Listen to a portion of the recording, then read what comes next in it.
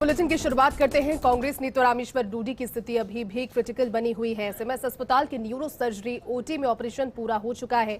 Neuro surgery OT में लगभग 3.5 घंटे तक ये ऑपरेशन हुआ।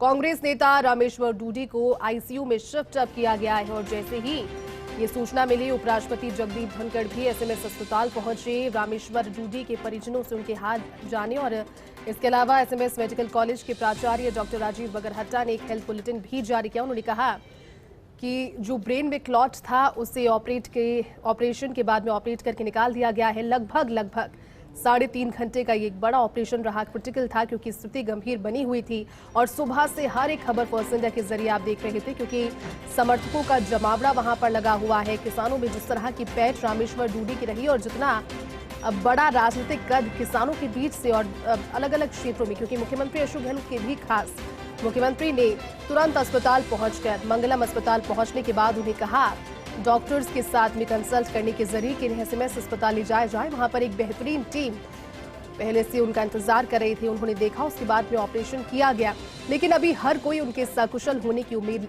लगा रहा है और उसको लेकर दुआओं का दौर जारी है। बीकानेर जिले के नोखा विधानसभा क्षेत्र से पूर्व विधायक है, जाट समाज में प्रभावी और एक साफ छवि वाले नेता रामेश्वर डूडी कहे जाते हैं। लेकिन खास बात ये, क्योंकि लगातार मुख्यमंत्री अशोक गहलोत के साथ विचार विमर्श करने की बात हुई, अपनी बातों को पहुंचाने की बात हो, क्षेत्र की जनता को रखने की बात हो, वो लगातार अग्रणी होकर इस पे कार्य करते रहे। लेकिन सुबह जब ये जानकारी सामने आई कि तबीयत नासाज है और उसके बाद ब्रेन हेमरेज की जानकारी सभी के सामने आई, हर कोई डर गया और उस वजह से परेशान भी सभी हो गए। सभी को एक चीज का भय लगातार सता रहा था क्योंकि मंगलम अस्पताल में पहले एडमिट करवाए गए थे और फिर वहां से अब उन्हें एसएमएस अस्पताल जब ले जाया गया और कुशल डॉक्टर्स की टीम वहां पर साथ में मौजूद थी, उनके सुपरविजन में 3.5 घंटे ऑपरेशन चला।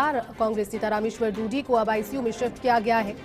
एसएमएस के प्राचार्य डॉक्टर राजीव बगरहट्टा ने कहा कि स्थिति अभी भी क्रिटिकल है, स्थिति नाजुक है, ब्रेन से क्लॉट निकाल दिया गया है, ब्रेन के जिस हिस्से में डैमेज हुआ उसको भी ठीक किया गया है, रिपेयर किया गया है। लेकिन सबसे बड़ी बात यही है, बॉडी और जो पूरा ट्रीटमेंट है वो जैसे जैसे उस पर रिस्पॉन्स करेगा, बॉडी अगर रिस्पॉन्स करती है तो जल्द ठीक हो जाएंगे क्योंकि स्थिति अभी क्रिटिकल है। हमारे साथ सहयोगी विकास सभी जानकारियां साझा कर रहे हैं। एक बार फिर से लाइव जुट गए विकास, कोई अपडेट मिल पाई क्योंकि समर्थकों के बीच में इस चीज को लेकर के लगातार एक जानने की इच्छा है कि अब क्या हेल्थ है, क्योंकि हर इस तरह के समय जो होते हैं विकास, हर एक मिनट, हर आधा घंटा इसमें महत्वपूर्ण होता है। क्या ताजा जानकारी? देखिए, बिल्कुल जयती, इस वक्त की सबसे बड़ी खबर और सबसे महत्वपूर्ण खबर यही है कि डूडी साहब, उनकी तबीयत जो है, उनका जो ऑपरेशन था वो सफल ऑपरेशन हो गया है। करीब 3.5 से 3.5 घंटे का ये ऑपरेशन चला है और ऑपरेशन पूरा होने के बाद में उनको ओटी, जो कि जस्ट मेरे पीछे है, यहाँ ओटी से अब आईसीयू के अंदर शिफ्ट किया गया है, जिसमें आप देख सकते हैं कि राजीव बगरहट्टा जी है, उनसे बात करने का प्रयास करते हैं। सबसे पहले तो आपसे बात करना चाहेंगे, ऑपरेशन कंप्लीट हो चुका, क्या स्थिति है अब मेडिकल ट्रीटमेंट के साथ? अभी वो ऑपरेशन करा के बाहर आए ही हैं और हमारे जो है सारे डॉक्टर की टीम है, उनको उनकी सारे जो वाइटल्स हैं, जो वाइटल पैरामीटर्स हैं, उनको मॉनिटर कर रहे हैं और अभी मॉनिटर स्थिर है। लेकिन अभी कुछ भी कहना हमारे लिए आसान नहीं रहेगा, अभी कहना मुश्किल होगा। क्या आगे कितना समय, अगर माने कि कितने 24 घंटे 48 जिस तरह की बीमारी है और जिस तरह की इनको अटैक आया है, जिस तरह का अटैक आया है उसमें ये हम सोचें कि 2 दिन में या 3 दिन में इसमें उतार चढ़ाव काफ़ी होते हैं, तो इसलिए अगले 3-4 दिन हमारे लिए बड़े क्रूशियल हैं और उसमें हम ये सोचें कि कल इम्प्रूवमेंट है तो कोई ज़रूरी नहीं कि इम्प्रूवमेंट फाइनल होगा। एक महत्वपूर्ण बात ये भी है कि मिड लाइन से 17 mm बता रहे हैं कि शिफ्ट हो गया है, उसको किस तरह से सीख किया जाए? धीरे धीरे अपना अपनी जगह लेगा, जैसे जैसे प्रेशर कम हुआ है दूसरी तरह से तो अपनी जगह लेगा, पर जो ब्रेन में प्रेशर है वो भी अपने नुकसान पहुंचाता है। और हमारे जो न्यूरो सर्जरी एक्सपर्ट्स हैं, डॉक्टर अचल शर्मा एंड डॉक्टर रशिम कटारिया, उन्होंने सर्जरी की है। साथ ही हमने एक बोर्ड भी गठित कर दिया जिसमें जो डिफरेंट इनकी प्रॉब्लम्स थी, क्योंकि कार्डियक पेशेंट भी हैं, डायबिटिक भी हैं, तो उनको भी हमने एक्सपर्ट्स को भी शामिल कर लिया। कौन डॉक्टर्स को क्योंकि शामिल किया बोर्ड के अंदर सर? नहीं, ऐसा कहना हमारे लिए ये मुश्किल है।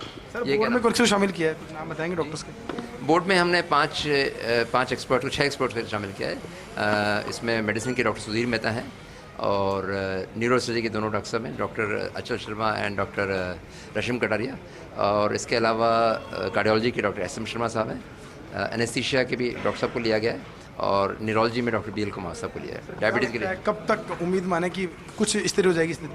देखिए, स्थिर कब होगी ये अभी बहुत जल्दी होगा हमारे लिए कहना, क्योंकि अभी तो स्थिति काफ़ी चिंताजनक है। सर, वर्तमान स्थिति को एक बार एक्सप्लेन करें। चिंताजनक अभी चिंताजनक है, अभी इसके लिए it is too early to say anything. देखिए जयती, बिल्कुल स्पष्ट है कि स्थिति चिंताजनक है। राजीव बरकट्टा जी उन्होंने बहुत स्पष्ट शब्दों में बताया कि काफ़ी हद तक कंट्रोल किया गया है, लेकिन हालात चिंताजनक है। ऑपरेशन सफल ऑपरेशन हो चुका है, लेकिन सफल ऑपरेशन के बावजूद अभी तक ये कहना मुश्किल होगा कि रिकवरी कितनी हो पाएगी, क्योंकि ऑपरेशन एक प्रोसीजर है जो पूरा कर लिया गया है, जिसके जरिए क्लॉट जो है उसको बाहर निकाल लिया गया है। उसके अलावा जो डैमेज पार्ट था, चाहे वो टिश्यू डैमेज थे, चाहे वो ब्रेन जब शिफ्ट हुआ है 17 mm के आसपास मिड लाइन से शिफ्टिंग जो हुई है, उसके अंदर जो डैमेज हुआ है उसको रिकवर कर लिया गया। लेकिन जो डैमेज हुआ है वो कब तक उसको रिकवर कर पाएंगे, उसके बाद में सामान्य स्थिति कब तक हो पाएगी, ब्रेन किस तरह से रेस्पॉन्ड कर पाएगा, और साथ में बॉडी जो है वो कितना रेस्पॉन्ड कर पाती है, ये सब आगामी 24 से 72 घंटे के अंदर क्लियर हो पाएगी। ये न्यूरोलॉजी का केस है, न्यूरोसर्जरी का केस है, जिसमें डॉक्टर्स हमेशा यही कहते हैं कि जब तक पेशेंट का खुद की रिकवरी नहीं हो, खुद रेस्पॉन्ड नहीं करे, तब तक कुछ भी कहना मुश्किल होगा। और इसी वजह से SMS मेडिकल कॉलेज के प्राचार्य हैं, उन्होंने कहा है कि ऑपरेशन सफल हो गया है, लेकिन अभी वो कह नहीं सकते, हालात चिंताजनक बनी हुई है। जी जयती। बिल्कुल विकास, लेकिन वाकई में दुआओं का दौर तो जारी है, लोग लगातार दुआएं कर रहे हैं। उनके समर्थक जैसे ही जानकारी मिली वैसे ही अस्पताल पहुंच गए, पहले मंगलम अस्पताल और उसके बाद SMS अस्पताल में इतनी बड़ी संख्या में जमावड़ा लगा। नोखा से वहां पहुंचे लोग समर्थक, और भी अलग अलग जगहों से पहुंचे समर्थक भी दुआएं कर रहे हैं विकास, और पूरा प्रदेश आज दुआएं कर रहा है, क्योंकि जितनी स्वच्छ और साफ छवि उनकी रही, कभी भी कंट्रोवर्सी में नहीं रहे, कंट्रोवर्सी से हमेशा दूर रहे, तो दुआओं का सिलसिला भी जारी है विकास। हाँ देखिए, बिल्कुल यहाँ पर लगातार लोगों के आने का सिलसिला जारी है। एक तरफ जहाँ पर उनके प्रशंसक हैं, उनके चाहने वाले हैं, जानने वाले हैं, उनके राजनीतिक शुभचिंतक जो हैं वो सभी लोग हैं, वो आप देख सकते हैं। लेकिन अब पुलिस ने, क्योंकि ICU है, ICU के अलावा OT है जहाँ पे और मरीज जो है वो भी परेशान हो रहे हैं, तो ऐसे में पुलिस ने अब बाहर का जो मोर्चा संभाल लिया है, क्योंकि लगातार लोगों के अंदर जाने का सिलसिला जारी था। तो ऐसे में अब कानून व्यवस्था बिगड़ती नजर आ रही है। साथ में उसके अलावा जो अंदर जो व्यवस्थाएँ हैं OT के अंदर की और जो ICU के अंदर की व्यवस्था है वो भी नहीं बिगड़े, इसके लिए अब सख्ती दिखाना शुरू कर दिया। एक तरफ आप देख सकते हैं कि जो भी डॉक्टर्स हैं उनकी टीमें बाहर निकल रही है, लेकिन उसके अलावा जो परिजन हैं उनको भी बाहर निकालने का प्रयास किए जा रहे हैं, ताकि अंदर जो मेडिकल टीमें हैं वो प्रॉपर तरीके से अपना ट्रीटमेंट कर सके। पूरा फोकस ट्रीटमेंट पर ही किया जाए, क्योंकि लोग अगर अंदर पहुँचते हैं तो निश्चित तौर पर जो एकाग्रता है वो भंग होती है, और ICU का प्रोटोकॉल है वो भी टूटता है। तो ऐसे में हर संभव प्रयास किया जा रहा है। पुलिस को बाहर खड़ा किया गया, अंदर भी पुलिस को खड़ा किया गया, और लोगों को समझाइश की जा रही है कि वो लोग बाहर निकले, ताकि अंदर का जो स्थितियां हैं वो सामान्य रह पाए। जी बिल्कुल विकास, कोशिश लगातार सभी की, और इसमें जो एक्सपर्ट्स लगातार जुटे हुए हैं। डॉक्टर राजीव बरकट्टा को हमने सुना, डॉक्टर्स कभी भी ये नहीं कहते कि स्तुति में क्या है, वो हमेशा ये कहते हैं कि हर तरह की पॉसिबिलिटी होती है, लेकिन सुधार की भी गुंजाइश यहाँ पर लगातार, क्योंकि डॉक्टर्स लगातार मॉनिटर कर रहे हैं। लेकिन विकास, अगर मेडिकल टर्म में देखा जाए और सोचने इसको उस तरह से सोचा जाए कि ब्रेन हेमरेज हुआ, ब्रेन में क्लॉट वो था, या फिर सुबह जब शिकायत हुई, जब ये जानकारी सभी के सामने आई, तो उस चीज़ का थोड़ा सा जानकारी आप देना चाहेंगे, क्योंकि सिम्टम्स भी इससे पहले कुछ होते होंगे, BP का इशू इसके साथ में होता है और बहुत सारी चीज़ें होती है। ये जानकारी विकास एक संक्षिप्त तौर पर। देखिए जयती, हमने डॉक्टर से बात की, अभी राजीव बरकट्टा है, डॉक्टर राजीव बरकट्टा, उनसे बात की थी, और वो कार्डियोलॉजी के एक्सपर्ट है। हम कोशिश करेंगे जो पूरी टीम जिसने कि पूरा ऑपरेट किया, वो जो टीम है वो टीम हमारे साथ जुड़े और सब चीज़ों को बताया कि क्या घटनाक्रम हुआ था, कितना डैमेज था ब्रेन के अंदर, कैसे उनको रिपेयर किया गया, क्या मौजूदा स्थिति है, पेशेंट की रिकवरी मोड क्या रहेगा। तो ये सभी चीज़ें जो है हम जानने का प्रयास करेंगे। अभी जो टीम जो थी अचल शर्मा के निर्देशन में, पूरी टीम जिसने ऑपरेशन किया था वो अंदर मौजूद है। अभी पेशेंट की शिफ्टिंग, जो कि रामेश्वर डूडी की शिफ्टिंग, बिल्कुल विकास, आप नजर बनाए रखिएगा, क्योंकि जरूरी है जानना, हर पल पल की अपडेट आपसे लेते रहेंगे। बहुत बहुत शुक्रिया फिलहाल हमारे साथ जुड़ने के लिए और पूरी जानकारी के लिए। ऑपरेशन किया, उनसे सहयोगी विकास बातचीत कर रहे हैं, सुनिए जरा। इकट्ठा हो गया था, तबीयत और कंडीशन बहुत ज़्यादा सीरियस बनी हुई थी। इसके लिए सबसे सर्वप्रथम तो ये जरूरी था कि इसको बिना समय गंवाए हम जल्दी से जल्दी इस क्लॉट को निकालें और ब्लीडिंग को कंट्रोल करें। तो उसमें जो ब्लीडिंग जितने भी पॉइंट थे उसको कंट्रोल किया गया और क्लॉट को हटाया गया। क्लॉट का कितने mm का क्लॉट था, और क्लॉट हटाने के बाद में ब्रेन जो है वो भी मिडलाइन से तकरीबन 17 mm की शिफ्ट हुआ है, तो उसको कैसे किया? देखिए, ब्रेन जो मिडलाइन से आप कह रहे हैं शिफ्ट हुआ, उसमें वो इसलिए होता है कि ब्रेन में सूजन आती है, और जो क्लॉट की वजह से वहाँ पे जो ब्लड का रिएक्शन है उसकी वजह से भी आती है, तो ब्लड को रिमूव किया गया है। अभी इतनी जल्दी ये कहना कि सूजन हट गई है कहना तो गलत होगा, क्योंकि ब्रेन की किसी भी सर्जरी के बाद अगले कुछ दिन बड़े महत्वपूर्ण होते हैं इस बात के लिए। और दूसरी बात ये भी होती है कि जो क्लॉट होता है, जब ब्लीडिंग होती है, उससे जो ब्रेन का जो नुकसान होता है, जो डैमेज होता है ब्रेन को, और उसकी वजह से वो ब्रेन कब रिएक्ट कितना कर पाता है वो आने वाले वक्त में हमें पता चलेगा। फिलहाल कितना टाइम मान सकते हैं अपन वेट एंड वॉच के लिए बात की, कोई स्थिति अब वेट एंड वॉच में कितना समय मान सकते हैं? देखिए, मैंने जैसे आपको बताया कि ये सब डिपेंड करता है कि ब्रेन का डैमेज कितना है। तो अगर ब्रेन का डैमेज अगर ज़्यादा नहीं हुआ है तो उम्मीद करते हैं कि जल्दी से हमारे को रिकवरी देखने को मिलेगी।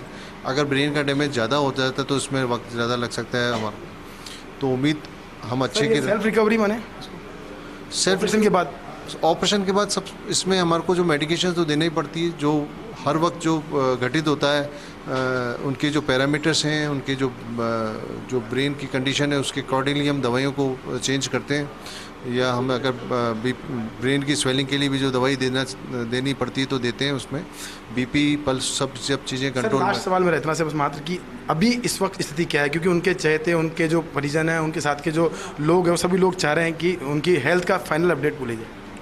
फाइनल अपडेट तो ये कहूँगा कि हाँ, स्थिति तो अभी नाजुक है, गंभीर है, और जैसा कि मैंने आपको बताया, सबसे पहली प्राइमरी ज़रूरत ये थी कि उसको ब्लीडिंग को रोक करके क्लॉट को हटाया जाए, वो हटाया जा चुका है। हम ईश्वर से प्रार्थना करेंगे कि जल्दी हमें रिकवरी देखें। नसीम कटारिया जी, उनसे बात करने का प्रयास करते हैं कि सर, ब्लीडिंग नहीं हो ऑपरेशन के दौरान एक बहुत बड़ी चुनौती थी, क्योंकि वो उनकी एस्पिरिन चल रही थी, तो उस वक्त ऑपरेशन के दौरान क्या रहा, कुछ ब्लीडिंग वगैरह की नौबत आई क्या? अपन ने ब्लीडिंग कम से कम हो इसके लिए प्रबंध कर रखे थे। प्लेटलेट का जो दवाइयाँ जो खून पतला करने की होती है उनका असर कम हो इसके लिए पहले से प्लेटलेट दी जाती है, तो वो भी हमने सब प्रबंध कर रखे थे। ब्लड प्रेशर उनका मेंटेन कर रखा था, तो उसके कारण से हमको काफ़ी मदद मिली इसमें। तो सर, अभी फाइनल अपडेट बता सकते हैं आपके ना, जो कितने घंटे ऑपरेशन चल रहा है, क्या क्या क्लॉट कितना बड़ा था जिसको निकाला गया है, और ब्रेन की हालत अभी क्या है, किस तरह की? करीब 3 से 4 घंटे का ऑपरेशन था ये, और इसमें क्लॉट काफ़ी बड़ा साइज़ का था, और क्लॉट को निकालने के बाद में जो ब्रेन जो है वो हमको मिला। ब्रेन के अंदर कोई चोट नहीं थी, क्लॉट जो था वो ब्रेन के बाहर ही था सारा, लेकिन क्लॉट बड़े। एडिमा बना रहता है, तो उसको कितने एडिमा है, क्या उसको निकाला, कब तक सामान्य हो पाएगी स्थिति एडिमा की? देखिए, क्या होता है कि ब्रेन में इस तरह की इंजरी होने के बाद में काफ़ी सारे फैक्टर्स होते हैं जो डिसाइड करते हैं कि पेशेंट किस तरह से उनका रिस्पॉन्ड करेंगे। उसमें एक एज होती है, उनके और भी क्रॉनिक इलनेसेस हैं, तो उसके कारण से भी थोड़ी समस्या आने की संभावना है। तो जो भी चीज़ है, बोर्ड गठित हो चुका है, बोर्ड अपना काम कर रहा है, बढ़िया से बढ़िया इलाज उनको दिया जा रहा है, और देखते हैं कैसे रहते हैं। हाँ, तो देखिए, ये ट्रीटिंग डॉक्टर की पूरी टीम जो कि फर्स्ट इंडिया के माध्यम से बता रही है कि अभी हालत नाजुक बनी हुई है, स्थिर है लेकिन नाजुक है, और साथ में उन्होंने कहा कि डॉक्टर्स हर संभव प्रयास कर रहे हैं, पूरा बोर्ड गठित कर दिया गया है। अब देखना ये होगा कि जो डॉक्टर्स के प्रयास है वो कितने रंग दिखा पाते हैं। कैमरा पर्सन इकबाल के साथ Vikas Sharma, first India news, Jaipur.